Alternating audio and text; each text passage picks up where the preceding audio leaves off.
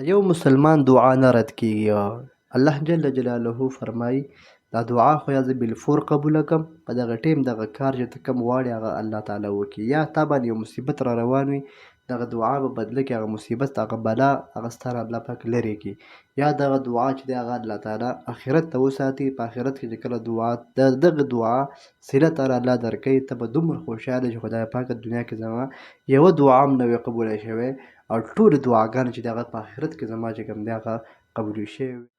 او د دعا د قبلېدو دپاره څه پکار دی؟ السلام علیکم ورحمت الله وبرکاتو. نننی کلیپ او موضوع زمونږه د دعا په باره کې ده. یقینا چې دعا ته مونږ ټول محتاج یو.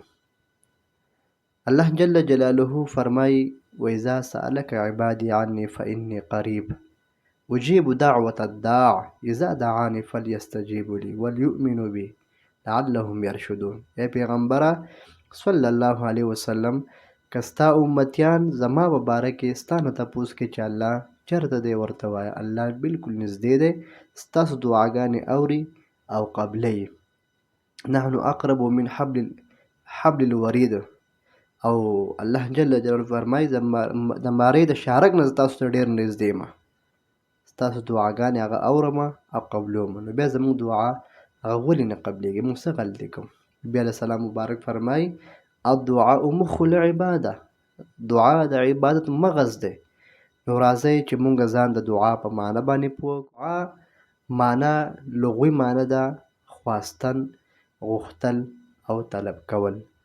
او د دعا اصطلاحي معنی ده توجه العبد الى ربه الى ما يحتاج. د بنده د زړه مخ راړول دي خپل رب ته. یو خو دا مخ، دا نه د زړه مخ چې تا حضور قلبي وي، بالکل الله ته متوجه وي. فيما يحتاج، په هغه څه کې چې دا هغه طرف ته احتیاج وي. د بنده چې څه احتیاج وي، لاصلاح دینه و دنیا.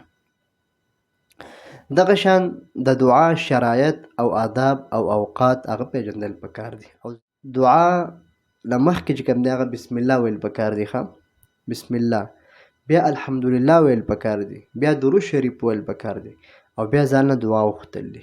نمبر 2، په خپلو دعاګانو کې اخلاص پیدا کول پکار دي. په خپل نیت کې به اخلاص وي، بدنیتي به پکې نه وي. نمبر 3، حضور قلبي، زړه به دې حاضر وي الله ته.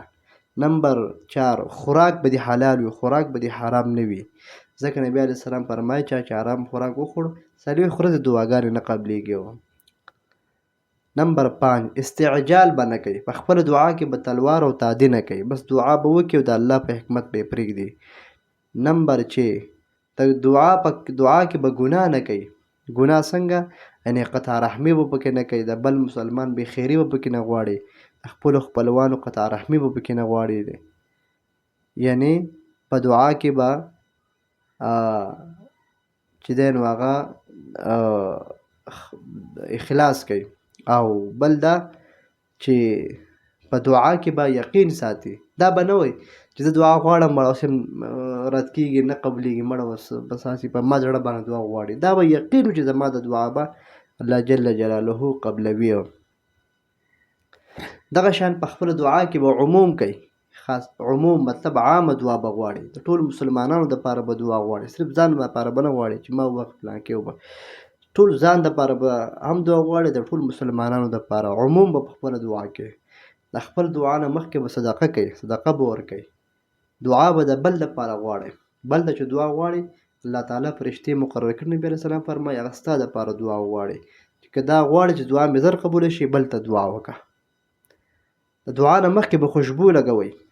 دعا به مسجد کې غواړئ، نارینه مسجد بهتر دی. او د دعا دپاره به چې دی هغه وسیله به نیسئ. د الله ښکلي نومونه اسماء الحسنه، ولله الاسماء الحسنه فادعوه بها. او دغه شان چې دی انبیاء کرام او خپل نیک اعمال وسیله ګرځولی شي. اقرار بالذنوب، د خپلو ګناهونو به اقرار کوي، پښیمانتیا به پرې کوي. خپل دعا کې به جاړي، الله ته به جاړي. په خوشحالۍ او په غم دواړو کې به د الله تعالی نه سوال کوي. داسې نه چې په غم کې یادوي او په خوشحالۍ کې هېروي. دعا به په مزه غواړي چې هغې به په دعا کې نه وکاږي.